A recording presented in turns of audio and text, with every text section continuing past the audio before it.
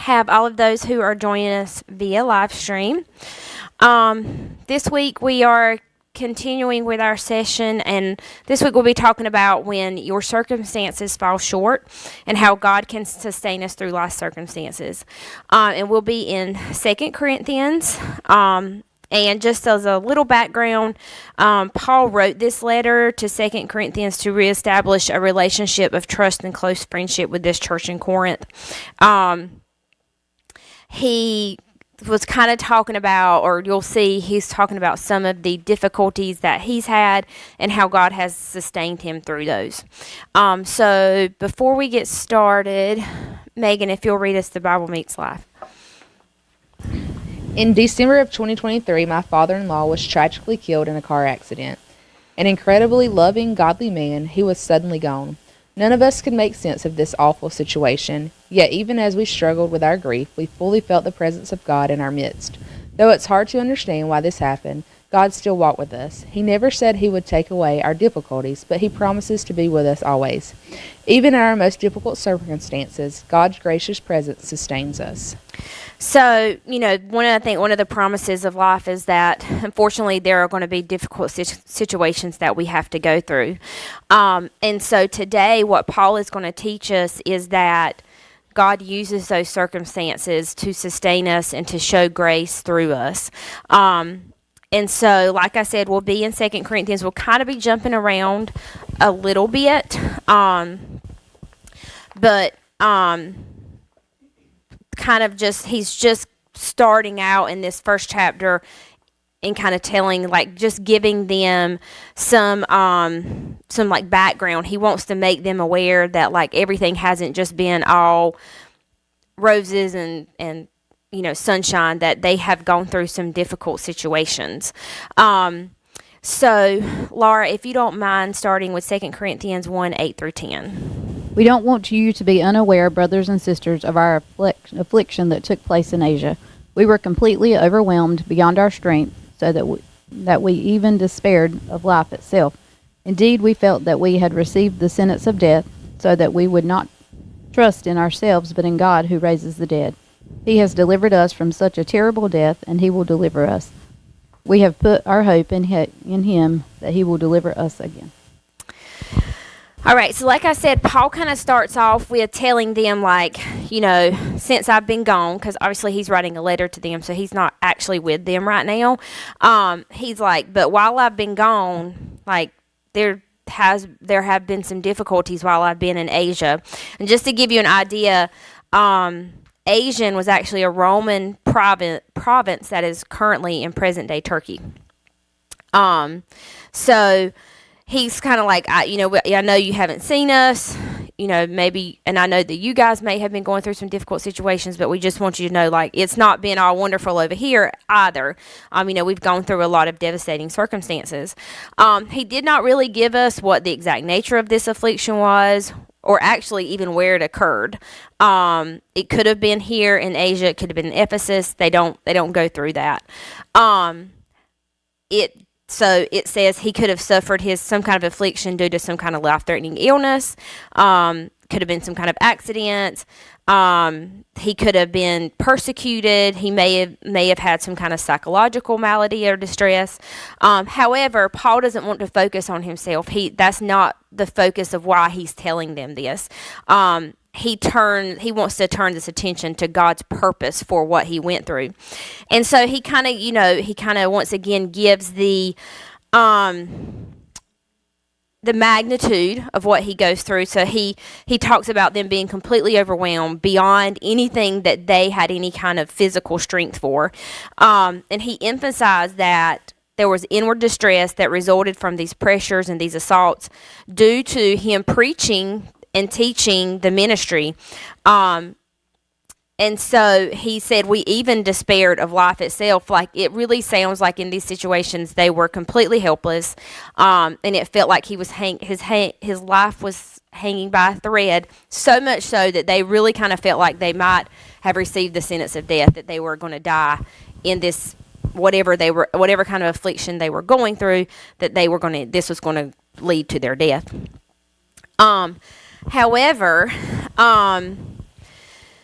But he said, so much that we felt like we had received the sentence of death, but so that we would not trust in ourselves, but in God who raises the dead. So he's saying, like, even though we felt like we were going to die, this still, like, shows us that God can overcome that death.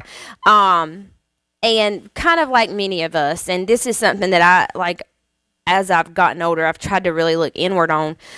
We often rely on ourselves. We often kind of give ourselves credit because that's kind of the culture these days, is like to, talk about how you did this wonderful thing and how you were able to accomplish this. And Paul, like us, did the same thing. But whatever he was experiencing, whatever this profound experience was, it was so dangerous and so imminent of a threat that he felt like he was going to, that possibly would lead to their death, and that he could no longer rely on himself. It pushed him to the point that he realized that it wasn't him that he needed to rely on, it was God. And so Paul threw himself on the protection of God. And he would consciously and intentionally rely on the living God who would never leave him or forsake him. And he told the Corinthians that through this situation, he delivered them from a terrible death. And then he uses the same term again. He says, and he will deliver us. So he's kind of, it almost sounds a little weird when you say it, like, did he mean to write it that way? But there's significance in that repetition of the word deliver. It was a past, showing that he had delivered in the past, and that Paul knows that he will deliver them in the future. He believed that because God delivered him from trouble in the past, he would deliver him from the tribulations he might encounter in the future. So he's drawing on those past experiences and telling them to kind of do the same. And he tells them that we've put our hope in him, that he will deliver us again. So once again, kind of emphasizing that. So having confirmed that God delivered him from the past and present afflictions, Paul affirmed that he would do so again in the future. This pointed to Paul's confidence in God's ultimate rescue from life's day-to-day problems for every Christ follower. So, as we've kind of talked about, whatever Paul's gone through has been very significant, very profound. However, Paul is also pointing out here that it's not just these big things. God is also going to deliver you and rescue you from these day-to-day issues that we have, things that just come up in our lives that may not seem big but are big to us. God will be there, and he'll rescue us from those problems. It says, so modern Christianity has adopted the idea of faking fine, meaning things will be okay if we pretend they are. But we live in a fallen, sinful world where things aren't perfect and trials happen. Paul was making sure the Corinthians were aware of what happened so that they would know they too might suffer for Christ. And all these circumstances that we go through are there to keep us humble in Christ, because it can be very easy to start relying on yourself and to see yourself do, like, you're like, oh, I did that, kind of thinking that you did something. But sometimes God puts us in circumstances to make sure that we do stay humble. And so just to give a bit of background, because we're going to go forward all the way to chapter 12. And so just to kind of give you some understanding, the Corinthians, there were a lot of like false prophets, and they were very like flashy and just looked really good, very exciting. Paul was actually a very meek person. He was like, he wasn't loud, he wasn't like overly exciting. But he was telling the truth, and these false prophets were kind of coming out being really flashy but not really talking truth. And so Paul, in an attempt to kind of say, like, what I'm saying is true, and I also, Paul never wanted to like put the spotlight on himself, and so he's going to talk about a vision that he has, to kind of show them, like, I do have these visions also, but I don't like to talk about them because I don't like to put any kind of spotlight on myself. So when he talks about this vision that he has, he actually says, I know a man. He never even refers to himself. So I'm going to read up to verse 6. It says, I know a man in Christ who 14 years ago was called up to the third heaven. Whether it was in the body or out of the body, I do not know. God knows. And I know that this man, whether in the body or apart from the body, I do not know, but God knows, was caught up in paradise and heard inexpressible things that no one is permitted to tell. I will boast about a man like that, but I will not boast about myself except about my weaknesses. So he kind of tells, like, he's actually, the scholars think he's talking about himself, but he never wants the spotlight to be on him. He always wants to be on God, so he kind of talks about it as it being someone else. And he says, I'm not going to boast about these visions that I have, but I will boast about my weaknesses that I have, that God has shown his faith through me, or his grace through me. So Stephen, if you don't mind picking up with verse 6 through 8. For if I want to boast, I wouldn't be a fool, because I would be telling the truth, but I will spare you, so that no one credit me with something beyond what sees in me and hears from me, especially because of the extraordinary revelations. Therefore, so that I would not exalt myself, a thorn in the flesh was given to me, a messenger of Satan to torment me, so that I would not exalt myself. Concerning this, I pleaded with the Lord 3 times that it would leave me. So he's kind of saying here, like, if I were to brag about this, if I were to boast about this, I wouldn't be a fool, because I'm telling the truth. This actually happened to me. However, he knew about what he experienced, but he still refused to brag about it. Rather, he would show that his visionary experiences led to God using his weakness and his dependency. So while Paul's opponents may have characterized him as weak and ineffective because, he's, like I said, he's soft-spoken, he's not very loud and boisterous, and these other false prophets are, they could not overlook that God had chosen him as an apostle and tasked him to found the church in Corinth. But he says, I'm not going to talk about that. I'm not going to talk about this vision that I had.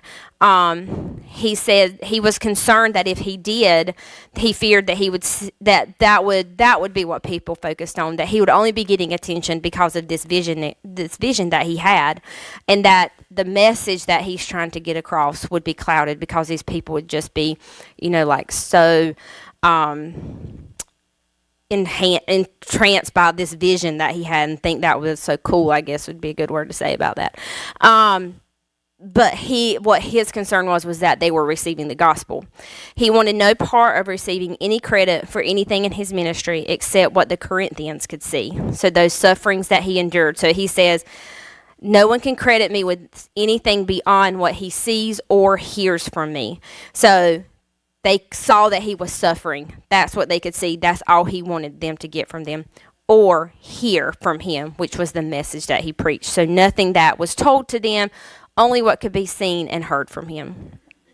He demonstrated the true man of God focuses on declaring God's truth without drawing attention to himself and his ecstatic experiences.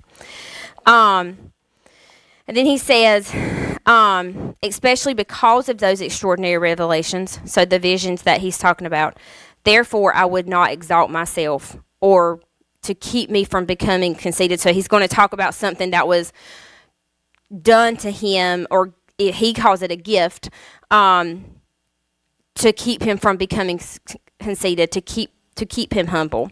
So he desired that people would only evaluate him based on what they could personally witness in him. However, he wondered if, after telling the Corinthians about his visions, they might decide to favor him because of his exceptional ecstatic revelations. He knew that some people in Corinth rallied to follow him because of these visions. So he's really trying to like push it to the side. He offered rationale for what God had done is that, so what we'll talk about, when he talks about the thorn in the flesh, he said that he thinks, and his rationale for God giving him this thorn in the flesh would be that so he would not become conceited or not become arrogant because he did have these visions. So this thorn in the flesh they don't know what it is. It's never defined. It's just defined as a malady, whether physical or spiritual. We don't know. But what Paul's thoughts were, and what he told the Corinthians, is that this was to prevent Paul from swelling up with even a hint of spiritual arrogance.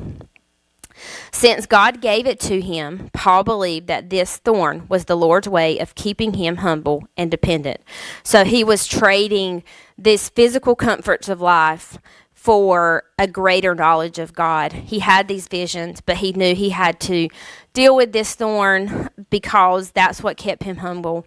But he traded that physical comfort of life to be able to have that relationship with God and to have that greater knowledge of God and be able to go out and preach the message. And he kind of alludes to that.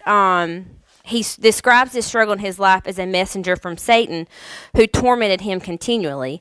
In doing so, Paul confronted a paradox of the thorn as being simultaneously given by Satan but used by God. So, and then it's kind of referred to as like a gift from God and a tool of Satan. But either way, even if Satan gave him this thorn in the flesh, whatever it was, God did not take it away. God allowed it to stay, to use it so that Paul would remain humble and that he wouldn't put any kind of honor on himself. So there were two reasons for the thorn. Paul faced a constant reminder that he must depend on God, that he had to use God to face these difficulties. And then also, God intended this thorn to curb the spiritual elation that might surface from his memories. As Paul experienced his thorn in the flesh, he discovered that it served as a gift from God and a tool of Satan. As a gift from God, it deflated his pride, and as a tool of Satan, it inflicted suffering. In either case, the result of the thorn forced Paul to deepen his relationship with God. So whatever this thorn was, Paul had to rely on God to continue day to day, to continue to preach the message. He had to have God. So it doesn't really matter what it was. We don't, once again, Paul didn't point that out because he doesn't want the focus to be on himself. The point is that the thorn was there to keep Paul humble before God. When we become too self-reliant or too proud, boasting in our own merit instead of his saving grace, he often allows something to remind us that our reliance should be on him. It's not that God never wants us to be happy. He wants us to remember that he is the source of everything we have. When we forget to look toward him, our eyes fall to ourselves, and our feet get tangled in our pride and sin. God humbles us, though trying circumstances, so we will turn back to him. But then he strengthens us through his grace, the grace that he gives us to endure these trying circumstances. And as we read this next set of verses, kind of keep in mind that even when Paul did get this thorn, so he talks about it helping to humble him and stuff, but he did plead with the Lord to take it away from him. So keep that in mind as we go into verses 9 and 10. Do you guys mind reading that? But he said to me, My grace is sufficient for you, for my power is perfected in weakness. Therefore I will most gladly boast all the more about my weaknesses, so that Christ's power may reside in me. So I take pleasure in weaknesses, insults, hardships, persecutions, and in difficulties, for the sake of Christ. For when I am weak, then I am strong. So he pleaded, but God did not answer with what Paul prayed for, as sometimes he does not. So he didn't receive the answer that he hoped for, but God still gave him what he needed. Paul understood God's decision as final. So he says, My grace is sufficient for you, for my power is perfected in weakness. So instead of taking this thorn away from him, God gave Paul a promise, a twofold promise. First, he assured him that the supply of his grace for Paul to carry out his ministry would never run dry. It's never going to go away. He's always going to give us that grace. And then sufficient carries the idea of being enough. Paul also promised the power of Christ would find its God also promised the power of Christ would find its completion in Paul's weakness, not in the heavenly visions and the ecstatic demonstrations the false teachers thought would prove their superiority.